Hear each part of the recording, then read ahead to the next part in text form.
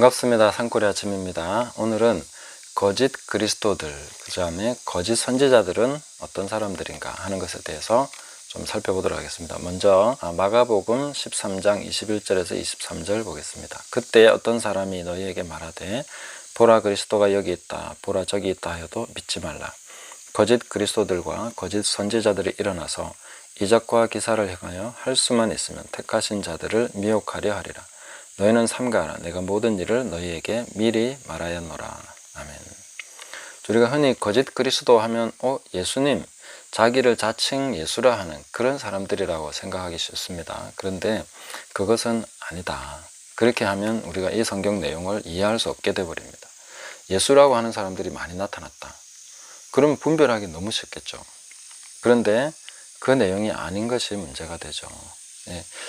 그 당시에 그리스도들, 복수형을 썼지 않습니까? 그리스도들이라고 하면은 보통은 정치적인 그 메시아로 기름 부음 받는 자. 그래서 뭔가 정치의 어떤 정점에서 서서 사람들에게 그 메시아적인 역할, 그 구원자의 역할을 하는 그런 사람들입니다. 그래서 그 신구약 중간 사회에도 보면 마카비 왕조나 이런 분들이 나타나서 이제 그런 그 그리스도의 역할을 하는 거죠. 그리고 또 어떤 때는 제사장이 그리스도의 역할을 할 때도 있고 뭐 이런 식으로 이게 이스라엘 안에서는 유대인들에게 있어서 그리스도라는 개념은 보통은 정치 지도자, 어떤 지도자로서의 메시아 역할을 하는 그런 사람들을 지칭하는 내용이 됩니다. 그래서 예수님께서 이 당시에 이 사람들에게 하신 말씀은 아마 그런 개념으로서 말씀하신 것이 더 맞지 않겠는가, 이렇게 보는 것이 좋다고 생각을 합니다. 그래서 거짓 그리스도들 하면은 정치 지도자로서 뭔가 신적인 그런 위임을 받았다는 흉내를 내거나 아니면은 내가 당신들의 삶을 다 책임져 주겠습니다 하는 식의 어떤 구원자로서 자기 역할을 자처하는 그런 사람들이죠. 그러면 이제 저 사람이 바로 그리스도의 흉내를 내는 사람이구나 하는 것을 알 수 있습니다. 보통 이제 지금 파퓰리즘, 그 다음에 사회주의를 표방하는 지도자들은 좀 이런 면에 가깝다, 이렇게 볼 수 있습니다. 거짓 그리스도, 내가 당신들을 책임져 주겠습니다. 저에게 맡겨주십시오. 조금의 자유를 제가 제한하고 나에게 뭔가 이런 권한을 준다면 당신들을 이렇게 해주겠습니다. 그런 약속을 하는 사람들이 거짓 그리스도, 여기에 가까운 사람이죠. 그 사람이 그 사람이다 이렇게 지목하기는 쉽지 않습니다. 그러나 그런 색채, 그런 냄새를 풍기는 사람이다, 이렇게 볼 수가 있겠죠. 그리고 거짓 선지자들 하면은 이제 종교 권력입니다. 선지자라는 역할은 이제 하나님의 말씀을 대언하고 또 이적과 기사를 행하면서 사람들을 뭔가로 이렇게 인도하는 사람들이죠. 또 잘못된 것은 바로잡아주고 하는 그런 역할을 해야 되는데, 거짓 선지자들 하면 이제 거짓 그리스도에게 붙어버리는 거죠. 그러면 이제 정치 권력과 종교가 붙어서 사람들을 미혹하게 되는 그런 현상들이 이제 바로 예수님이 말씀하신 이런 일이다, 이렇게 보면 되겠습니다. 그러면 이렇게 봤을 때 이제 이적과 기사는 뭐냐? 이적과 기사를 행하여 할 수만 있으면, 이렇게 말했기 때문에 보통 사람들은 이제 저 봐라, 이적과 기사를 행하니까 저 사람은 거짓 선지자야, 이렇게 생각하는 것은 너무나 이상한 생각이, 상식이 아닙니다. 왜냐하면은 이적과 기사라는 것이 만약에 거짓 선지자의 표시라면은 이적과 기사만 행하면 다 거짓 선지자로 몰아붙이면 되겠죠. 근데 희한하게도 지금 그런 현상이 나타나고 있습니다. 그게 말이 되냐는 거죠. 이적과 기사가, 거짓 선지자가 이것을 행함으로써 뭔가 자기를 증명하려고 한다면은 이적과 기사야말로 진짜 선지자의 표시이기 때문에 이적과 기사를 거짓 선지자도 하는 거죠. 그게 만약에 나쁜 것이고 그런 것이 아무것도 증명할 수 없는 거라면 못하러 거짓 선지자가 이적과 기사를 행하겠습니까? 그러니까 우리가 상식적으로 생각해야 됩니다. 지금 우리가 뭔가를 판단하는, 이단이다, 뭐다, 잘못됐다 판단하는 기준들이 정말로 이상합니다. 저기는 기적이 나타나네, 그 이적과 기사를 행하면 거짓 선지자지, 이렇게 정말 말이 안 되는, 어이가 없는 이런 현상들이 나타나면 안 되는 거죠. 이적과 기사는 참 선지자의 중요한 표시입니다. 우리가 믿는 그 믿음이 진정으로 참되다는 것을 나타내는 굉장히 중요한 표시입니다. 우리는 이 믿음을 통해서 이적과 기사를 늘 경험하고 체험하고 나타내면서 살아가야 됩니다. 이것이 참된 그리스도인의 표지입니다. 믿는 자에게는 이런 표적이 나타나리니 귀신을 쫓아내고 새 방언을 말하고 뱀을 집으며 무슨 병을이든지 이제 그 안수하여 기도하여 낫게 할 수 있는 그런 권능을 우리에게 주신 것입니다. 하늘과 땅의 모든 권세를 나에게 주셨으니 그러므로 너희는 가서 하면서 우리에게 또 위임을 해주시지 않습니까? 그럼 하늘과 땅의 모든 권세를 가진 자가 이적과 기적, 표적을 보이면서 말씀을 전파하는 것은 너무나 당연한 것이죠. 그건 참 선지자의 진정한 표적이고 진정한 믿음의 표적이 되는 것입니다.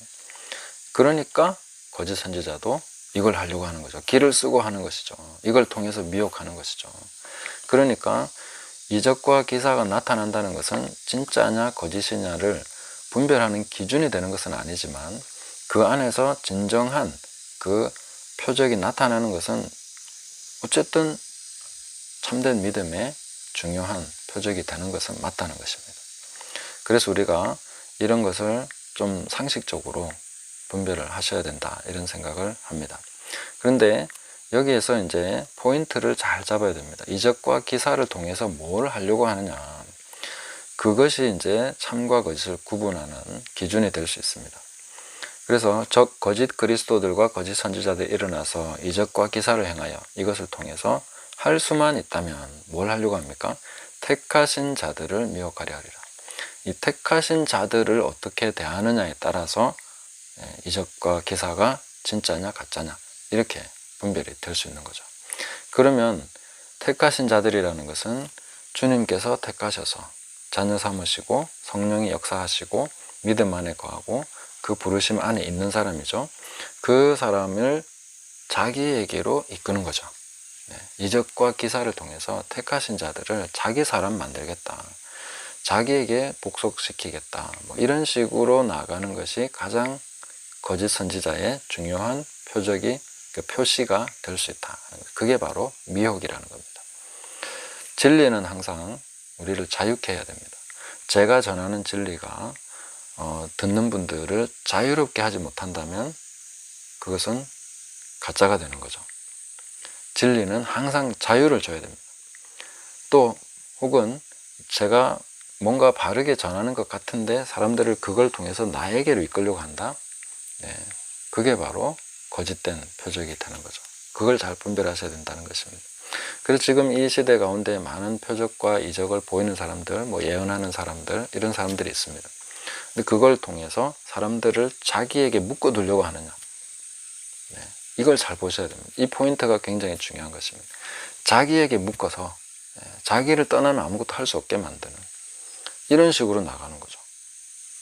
주님을 떠나서는 아무것도 할 수 없게 그렇게 돼야 되는데 나를 떠나서 그 사람이죠. 그게 바로 거짓 그리스도, 거짓 선지자 되는 거죠. 나를 떠나면 당신들은 아무것도 못해. 나를 떠나면 길을 벗어나는 거야. 내가 말하는 대로 하지 않으면 뭔가 잘못 가는 거야. 이런 식으로 어떤 두려움과 은근한 그 암시와 이런 것들을 통해서 이제 자기에게 딱 묶어두는 거죠. 그런 것을 주의하시라는 것입니다. 그런 게 보이면 바로 도망쳐야 됩니다. 그건 정말 거짓 선지자의 가장 중요한 표시입니다. 이 사람은 나를 자기에게 묶으려고 하는구나. 자기를 떠나지 못하게 하려구나. 이렇게 되는 것이 가장 위험한 그런 거짓 선지자의 중요한 하나의 한 포인트가 된다는 것입니다. 예수님은 진리를 알지니 진리가 너희를 자유케 하리라. 주님은 어떤 사람도 그 자유를 뺏으면서 그렇게 역사하신 적이 없습니다. 그리고 성령이 오셔서 하시는 일은 뭡니까? 정말 우리를 그리스도 안에서 각 사람을 온전한 자로 세우는 것. 그것이 사도들의 목표였고 우리도 역시 그런 목표를 가져야 됩니다. 온전한 자로 한 사람 한 사람이 세워지는 것에 기쁨이 있지 않고 나한테 내 말을 잘 듣느냐, 내가 원하는 대로 해주느냐, 이런 거에 관심이 많다면은 제가 만약에 그런 사람이라면 제가 거짓 선지자가 되는 거죠. 저라고 예외가 될 수 없습니다. 저하고 관련해서 제가 진리를 전해드리고 해서 이것이 그런 분들이 이제 자유롭게 되고, 와, 정말 하나님을 어떻게 섬겨야 될지 알았습니다. 내가 각자 있는 곳에서 하나님을 섬기고, 그렇게 되는 것이 자유롭다면 좋은 것입니다. 근데 꼭 나한테 와야만 되고, 여기 와야만 해결되고, 이렇게 되면은 진리가 아닌 거죠. 묶어버리는 것이죠. 진리는 항상 자유케 한다 하는 것을 꼭 기억하셔야 되고, 그것이 어떤 사람의 의도하고도 사실은 큰 상관이 없을 수 있습니다. 저는 사실 의도적으로 저한테 사람을 묶지 않으려고 노력은 합니다. 그러나 이것이 진리로서 자유케 돼야지 내 의향이나 내 사람의 어떤 그런 성향에 따라서 자유롭고 그렇지 않고 이렇게 되는 것은 아닙니다. 어떤 사람은 굉장히 프리한 생각을 가지고 있어서 오는 것도 좋고 가는 것도 좋고 이렇게 말할 수 있습니다. 그러나 진리로서 자유케 된 게 아니라면은 거기에는 상당한 미혹이 있을 수 있는 것이죠. 내가 이분에 전하는 진리, 메시지를 듣고 정말 자유롭게 됐다. 그 사람으로부터도 자유케 된다. 그 성령이 인도하셔서 하나 되게 하시면 그거는 좋습니다. 하나님이 연결시켜 주시면 그런 것은 좋습니다. 그러나 내가 뭔가 암시를 주고 계속 이거 아니면 안 됩니다, 저렇게 하면 안 됩니다 하는 식으로 해서 자꾸 엮어간다면은 거기에는 진리가 있는가, 거짓 선지자가 아닌가, 아주 짙은 의혹을 가지셔야 됩니다. 그래서 그런 부분에서 우리가 잘 분별을 해 주셔야 된다 하는 것입니다. 어느 누구도 내 삶을 책임져 주겠다 해서는 안 됩니다. 나는 내 모든 것을 하나님 앞에 직접 고해야 됩니다. 각 사람이 각각 하나님 앞에서 심판을 받아야 됩니다. 누구도 대신해 줄 수 없습니다. 아무도 대신해 줄 수 없는데 어떻게 그 사람을 얽매여서 내가 시키는 대로 하시면 됩니다 라고 말할 수 있습니까? 진리를 최선을 다해서 가르치지만 성령께서 그 사람에게 깨닫게 해주시고, 성령 안에서 그 사람이 그리스도 안에서 온전한 자로 세워지고, 그 온전한 자로 세워지는 과정 속에서 성령께서 연결시켜 주시고 자연스럽게 우리가 하나됨을 이렇게 확인해 간다면 그것은 아주 좋은 것이죠. 그것은 정말 바람직한 것이죠. 그러나 거짓 선지자들은 항상 사람을 자기에게로, 자기 밑으로 넣으려고 한다, 그런 특징을 가지고 있다 하는 것입니다. 마태복음 7장에도 우리가 들어가서 보시면 거기에 거짓 선지자들이 나오지 않습니까? 그들은 주의 이름으로 선지자 노릇했습니다. 주의 이름으로 귀신을 쫓아냈습니다. 주의 이름으로 많은 권능을 행했습니다. 이렇게 보고를 하고 있습니다. 그 이름 보고는 틀리지 않습니다. 그 사람들의 어떤 이적이나 어떤 귀신을 쫓아낸 것이 가짜라는 것이 아닙니다. 그들은 진짜로 그래 했죠. 어느 안전이라고 거짓을 고하겠습니까? 그런데 이 사람들이 왜 불법을 행하는 자들로서 주님이 모른다고 하는 그런 내침을 받았는가 하는 것을 우리가 봐야 되는 거죠. 이 거짓 선지자들은 항상 사람들을, 택하신 자들을 미혹하려 한다, 자기에게로 이끌려고 한다 하는 것을 봐야 됩니다. 그래서 주님께로, 주님 앞에 서도록, 성령의 음성을 듣도록 계속 그렇게 가르쳐주고 세워줘야 되는 것이죠.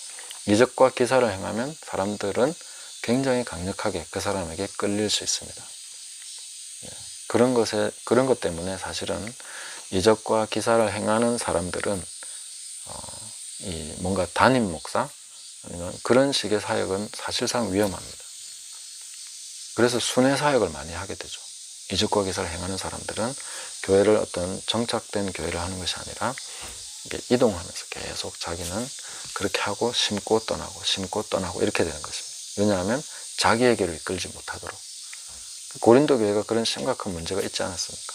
나는 게바에게 속했고, 나는 바울에게 속했고, 누구는 아볼로에게 속했고, 누구는 그리스도에게 속했다, 이런 식으로 이제 파가 나뉘고, 그런 것에 대해서 바울은 굉장히 우려하면서 그것은 잘못된 것이다. 그리고 바울의 사역에 대해서 자기는 몇 사람 외에는 내가 직접 세려준 적도 없다는 거예요. 그걸 굉장히 다행스럽게 여긴다고 했습니다.